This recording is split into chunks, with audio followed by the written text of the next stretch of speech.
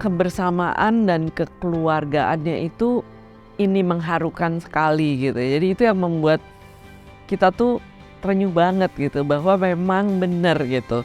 Kita menganggap dan kita menjadikan semua stakeholder kita adalah one big happy family, di mana setiap orang saling membantu, saling menolong.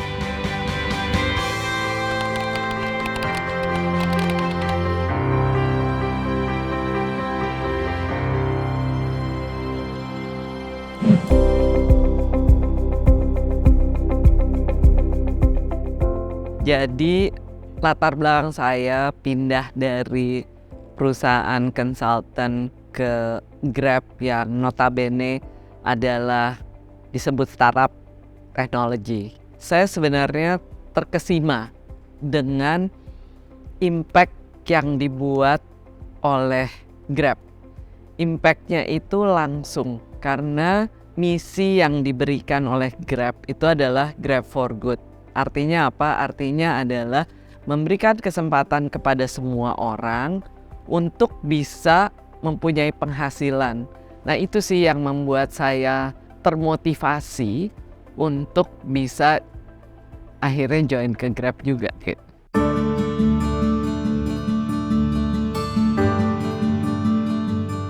Itu karena saya tahu dan sadar dan berdasarkan riset juga yang mengatakan bahwa company-company yang leadership-nya itu diverse itu high performance.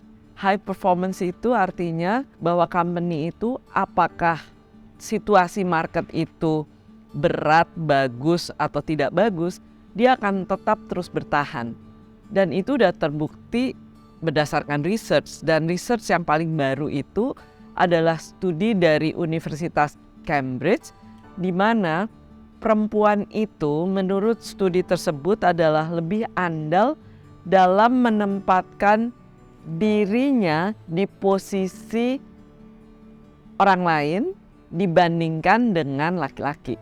Saat ini perempuan mendominasi kepemimpinan Grab di Indonesia. Nah, apa sih yang terlihat gitu ya? Kalau saya lihatnya dari hasil dari luar anecdotal data. Jadi kemarin itu kan kita ada Q4 earning report gitu. Nah, di beberapa media sosial yang dibahas itu bukan hasilnya gitu ya. Tetapi komen-komennya itu yang menyatakan bahwa oh iya, kalau Grab itu UI UX-nya lebih friendly, customer service-nya lebih friendly, lebih baik. Hal itu yang juga memperkuat bahwa memang sentuhan-sentuhan empati dan kemanusiaan dan ngayomi, keibuan itu terasa. Dan sebenarnya itu adalah ya juga yang diinginkan oleh customer-customer kan.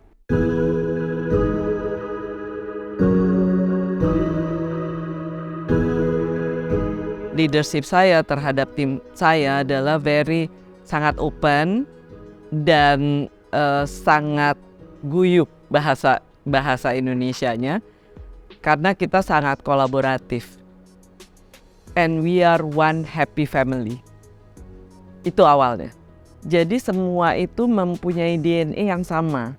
DNA-nya adalah we are here for a purpose. Purpose itu apa sih? Purpose itu adalah memberikan impact kepada semua stakeholder. Nah, stakeholdernya siapa? Pertama kan internal, tapi kan juga stakeholder kita adalah yang driver partner tadi, merchant partner, sama kiosk agent, sama customer itu sendiri.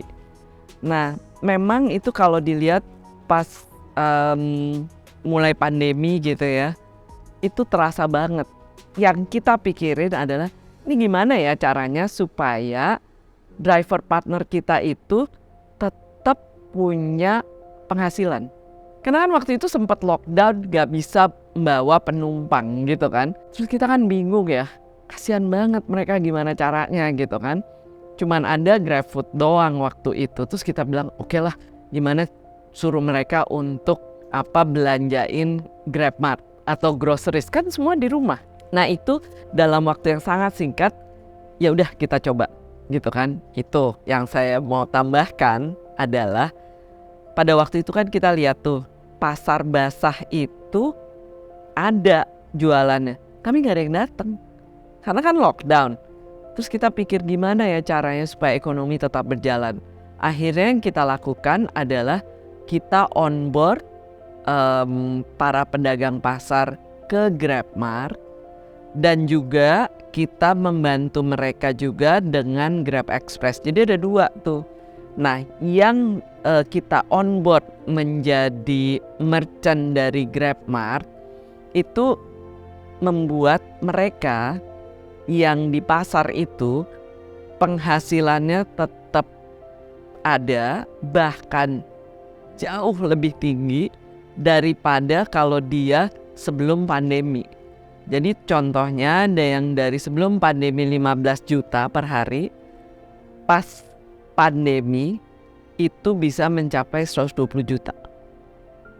Karena banyak masyarakat Indonesia yang masih seneng belanja dari pasar basah dibandingkan dengan pasar swalayan, karena menganggap bahwa pasar basah itu jauh lebih fresh. Jadi sekarang ini sudah ada lebih dari 5.200 pedagang pasar yang onboard di GrabMart.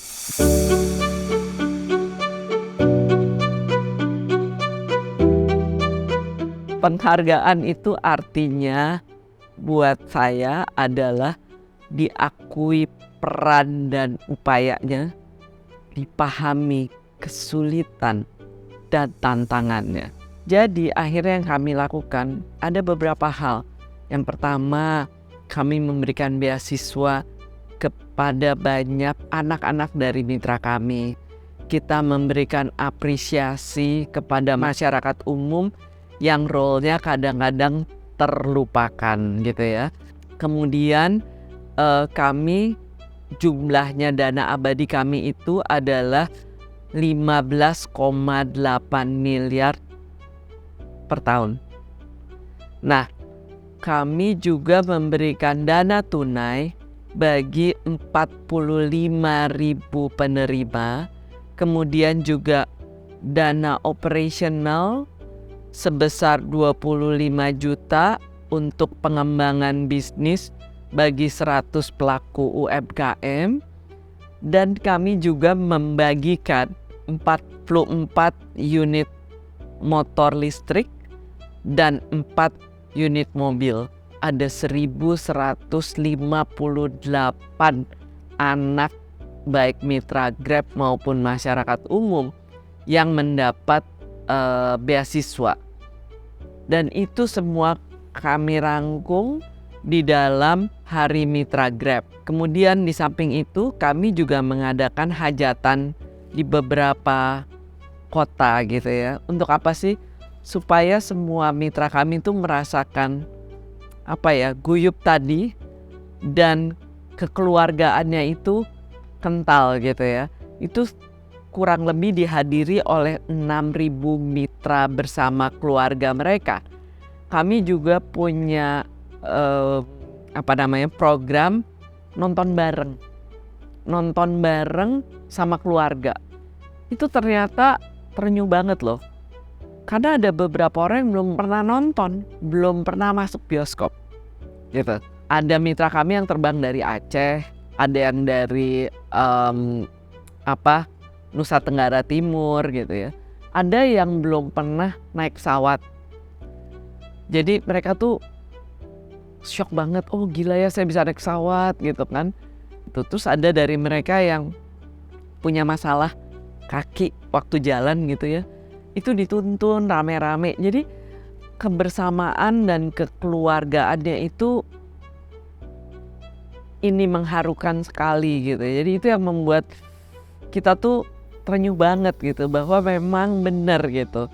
Kita menganggap dan kita menjadikan semua stakeholder kita adalah one big happy family, di mana setiap orang saling membantu, saling menolong.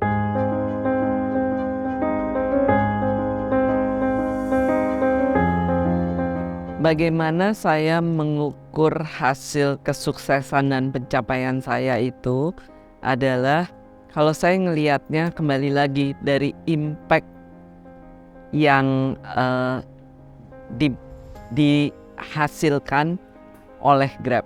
Nah, pertama gitu ya, saya sukses kalau saya bisa melihat bahwa banyak mitra pengemudi atau mitra merchant kami karena Grab bisa mencekolahkan anaknya. Selama masa seleksi Grab Scholar, lulus sebagai penerima beasiswa Grab Scholar tahun 2022.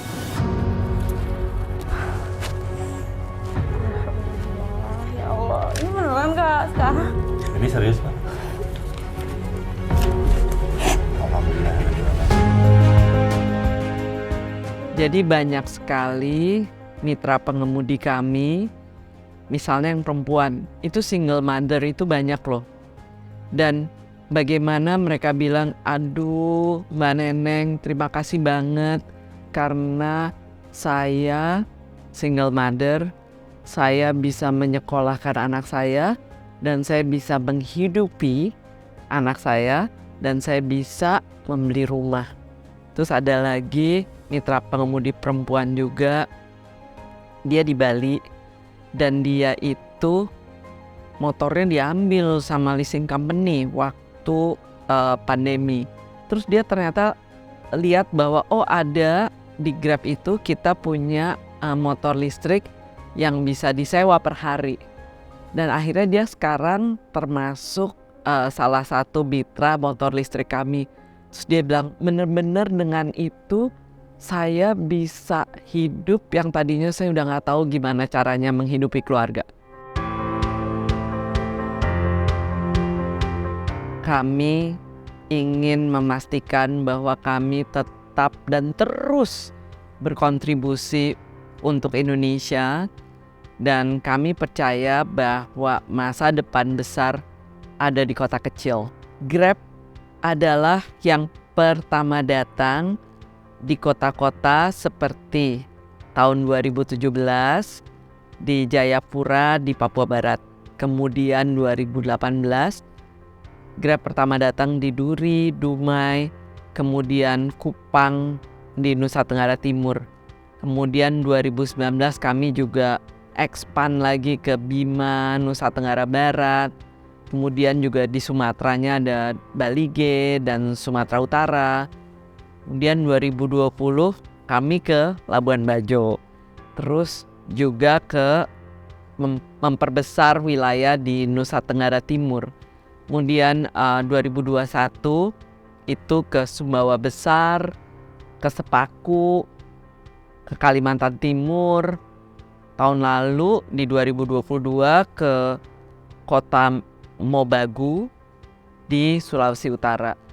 Jadi dengan melakukan digitalisasi di kota-kota kecil, itu harapannya adalah ekonomi dari kota-kota kecil itu akan berputar dan bertambah besar. Sehingga setiap orang di kota-kota kecil di tier 2 dan tier 3 itu merasakan dampak dari ekonomi digital. Tidak hanya itu, mereka yang ada di tier 2, tier 3 city nggak perlu lagi urbanisasi ke kota besar. Karena buat apa juga di kota-kota kecil itu mereka bisa menjadi besar. Itu harapannya. Bagaimana kita benar-benar bisa berkontribusi terhadap Indonesia dan bagaimana Indonesia itu menjadi benar-benar maju karena ekonomi digitalnya maju. Itu sih. It's from the bottom of my heart. Indonesia itu bisa menjadi seperti Cina. Karena di kota-kota kecilnya itu semua ekonominya udah maju gitu. Jadi kalau ekonominya maju, semuanya maju kan. Jadi sebenarnya partnership antara swasta dan pemerintah itu dengan adanya pemerintah memberikan infrastruktur which is internet. Dengan adanya internet, nggak ada yang nggak mungkin lagi.